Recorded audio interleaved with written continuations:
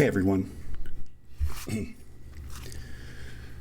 Before we begin, I want to say something important. Most of you know me online as the Irish Bandit, but today I'm not coming to you as that persona.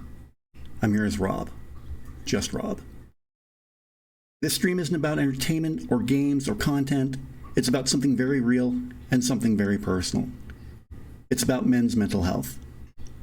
June is Men's Mental Health Month, and I wanted to take a bit of time, just an hour, to talk openly and honestly about why this month matters to me and to so many others. Some of what I'm going to share might be heavy. I'll be talking about my own struggles with depression, and yes, even a past suicide attempt.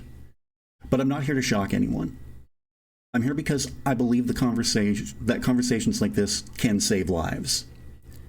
If you're watching this and you're struggling, first, thank you for being here. Second, I want you to know that you are not alone. This is a safe space. Whether you just want to listen or join in the chat, you're welcome here exactly as you are. So let's talk about men, about mental health, about the things we're often told to keep bottled up. Because if I've learned anything, it's that talking about it can change everything. I've dealt with depression pretty much my entire adult life. When I go live with the stream on June 30th today, I'll have just turned 46 years old. That means I've been living with this monster, this thing called depression, for 26 years. It hasn't been constant, but it's always been there. And sometimes the monster gets fed. Breakups, grief, loneliness. My dad passed away years ago. He was the original Irish Bandit. The reason I even used that name. Losing him hit me hard. And yeah, there were times I've thought about suicide. I didn't act on it, not at first. But that changed on Valentine's Day, 2009. I had been in a relationship for a few years. We moved in together in October 2005. From then until February 2009, we shared a life. But on February 7th, it ended. We broke up. And a week later, we had a conversation that completely unraveled me. After I left where she worked that day, I went home alone to our apartment. I was in a fog, this spiral I couldn't stop. I swallowed a bottle of Gravol. To this day, I can't look at a bottle of that stuff without getting sick to my stomach. She came back a little later to get a few more things. I tried to help her carry stuff, but I couldn't move. I ended up in the hospital. 3 days, I was there. I have no memory of them. Nothing. The next thing I remember, I was waking up in a hospital bed. And the first thing I said to myself was, "You're such a fucking loser. You can't even kill yourself properly." That's where I was. That's how dark it got. And I wish I could say it got easier overnight, but it didn't. What did happen, though, is I kept going, even when I didn't think I could. 2009 wasn't done with me after that suicide attempt. That year turned into an absolute lowest point of my life. After that breakup, I lost my job, and then I got evicted. I bounced around, couch surfing from friends, crashing wherever I could because I had nowhere else to go. And I'll be honest, my head was so far up my own ass back then, I stopped caring about anyone else. I burned bridges. I lost 2 of the closest friends I had. Not because of what they did, but because I pushed them away. I didn't have the tools. I didn't have the awareness. I was just hurting, and hurting everyone around me. A few weeks before Christmas 2009, I became homeless. I spent the holiday at the Salvation Army men's shelter. But oddly enough, That's where things started to turn around. While I was staying at the shelter, I got on social assistance. My worker at the time, someone I'll always be grateful for, helped me find an apartment I could afford. It's the same apartment I live in to this day, 15 years later. In March of 2010, my doctor gave me some surprising news. I could start weaning off my antidepressants, and eventually I did. I've now been off medication for 15 years as well. But let me be clear. That doesn't mean everything got magically better. Depression doesn't disappear. It lurks. You learn to manage it, but sometimes it punches back.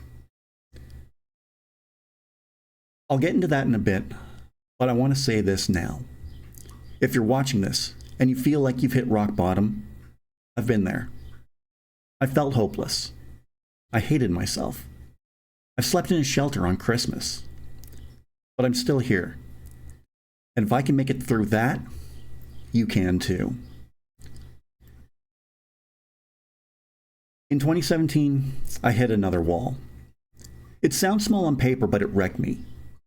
My Saskatchewan rental housing supplement hit a snag, and I was denied my December payment. That was enough to send me spiraling again. Over something that felt trivial in hindsight, I was back to thinking about suicide.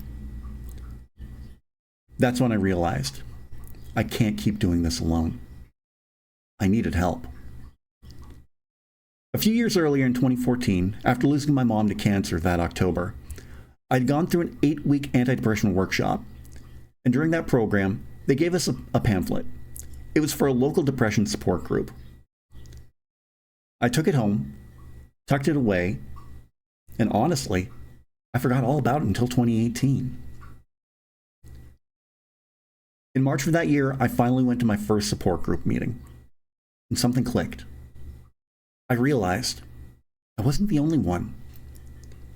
I wasn't alone.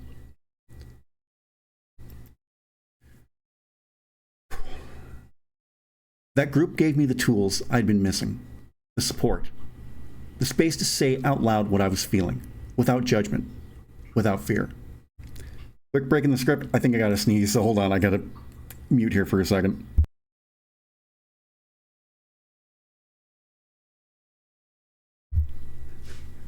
Gotta love when a sneeze breaks the flow of everything, right?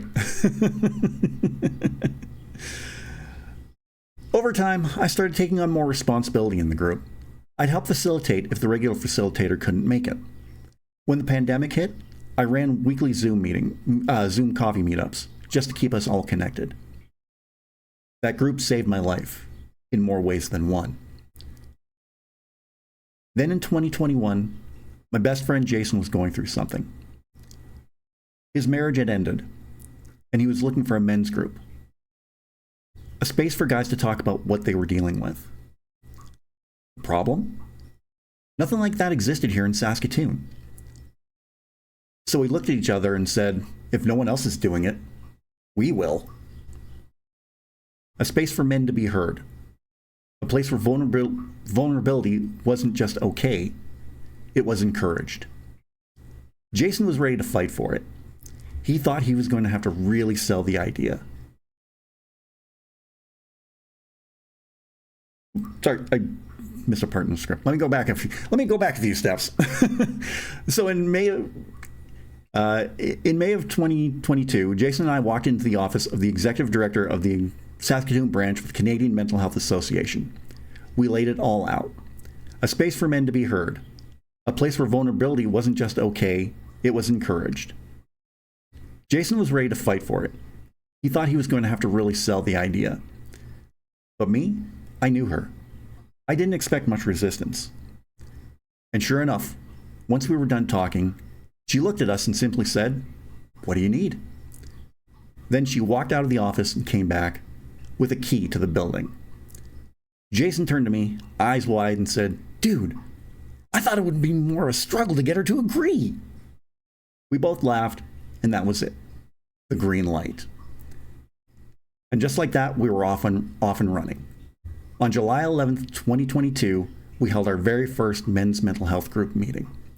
and we've been going strong every Monday ever since. Since then, we've had over 100 men walk through our doors. Each one of them welcomed the same way, with compassion, with honor, with respect. And no matter who they are or what they're carrying, we let them know the moment they step in, you're not alone. You're not a burden. You belong here.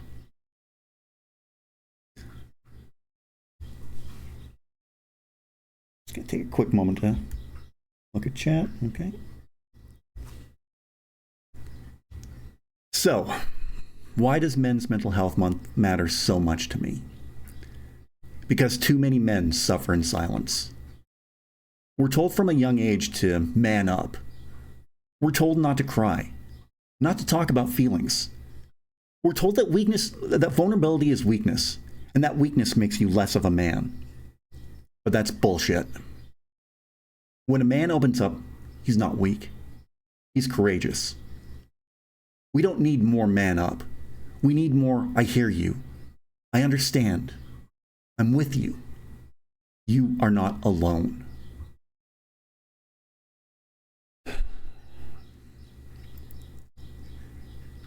At the beginning of 2023, we had a tragedy in our support group. A guy came to just 2 meetings. He was outgoing, talkative, gregarious. And then over the Christmas holidays, we got the news. He had taken his own life. As a group, we were devastated. As a facilitator, I was crushed. I felt like I had let a brother down. Like maybe if I had said something, noticed something, done something, maybe he'd still be here. I've carried that. I still carry it. And since that day, I've made a vow. Never again. If I can help even one man know he's not alone, if I can help even one guy hold on long enough to get through the night, then everything I've been through, every dark moment, was worth it.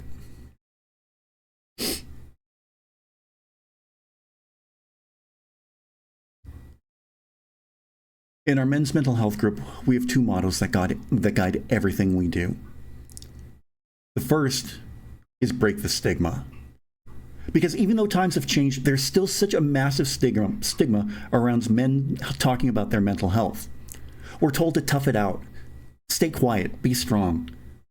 But strength isn't silence. Strength is saying, I'm not okay. Strength is reaching out.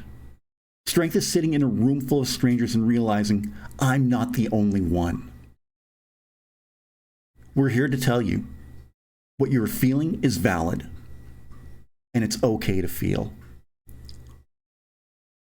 The second motto is help a brother out. It's simple. Check in with the men in your life. Ask your brother, your friend, your coworker, hey, how are you really doing? And when he answers, don't interrupt. Don't judge. Just listen. And then say the 2 words that could honestly save a life. I understand. We all need to hear that sometimes. Look, if you're struggling, if you feel like you're drowning in it, I've been there. A lot of us have. But I promise you this, there is hope. There is help. And there is healing. You are not broken. You are not weak. And you are not alone. Before I wrap this up today, I want to take a moment for anyone who's struggling. For the guys out there still carrying that weight daily, quietly. For the ones who made it through the day and aren't sure they can do it again tomorrow. I see you. I hear you. And I'm with you. So let's take a moment, just a few seconds of silence, for the brothers we've lost and for the ones still fighting.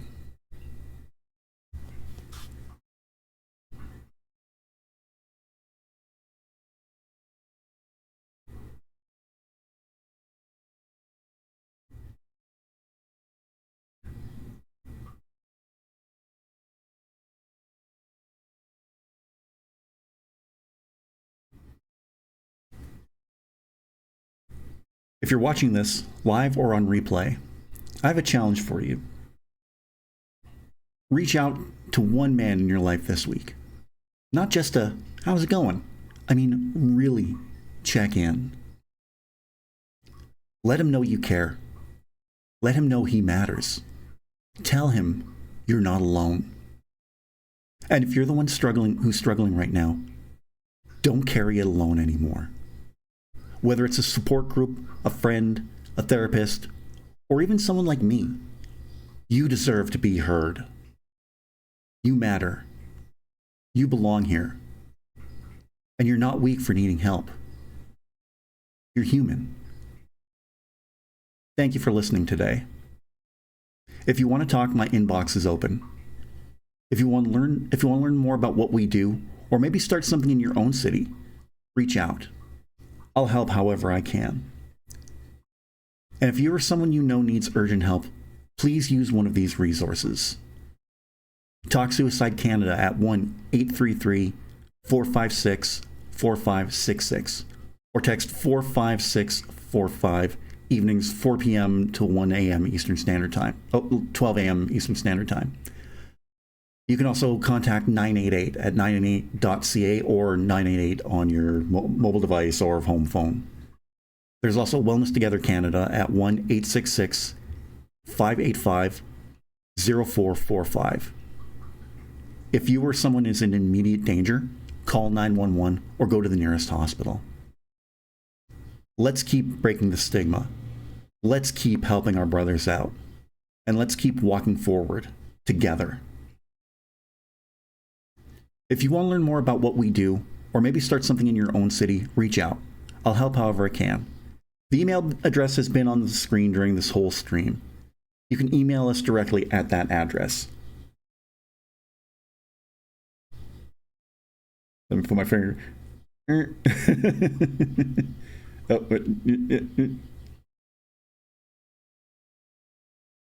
There we go, right here.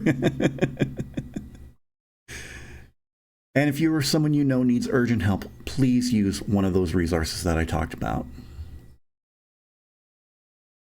I wanted to take an hour, half an hour, I guess. That's okay. I wanted to take this time to talk about my struggles and about the men's mental health group. But I also chose 1 hour for another reason. In the time this stream has been live, the past 20, 30 minutes, 20 to 30 men around the world have taken their own lives. Here in Canada, about 75% of all suicides are men. And suicide is the second leading cause of death among men aged 15 to 44. This has to change. It's time to break the stigma. It's time to put real focus on men's mental health, here in Saskatoon, across Canada, and around the world. If just one man sees this stream and realizes he's not alone, then everything I've shared this afternoon was worth it.